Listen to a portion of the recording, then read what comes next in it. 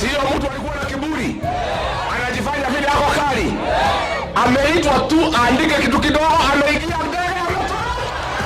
Sio hiyo mtu ni uoga. Hiyo yote ni uoga. Huyu jamaa amejifanya ati ameshikwa na hakuna mtu amemshika. Uliona polisi hata moja.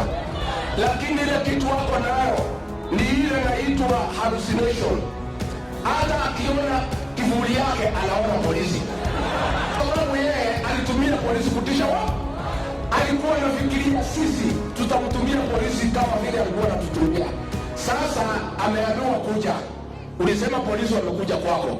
Tumeangalia CCTV, hakuna chochote. Usikute uandike hata kama ni peji moja, useme walikuwa wanasema ni ndio huyu usiku ameingia mbele anatoka. Si kuoga. Si kama ni mwanaume tu akekaa hapa. Ama akuje nimwambie vile hapo naandikwa.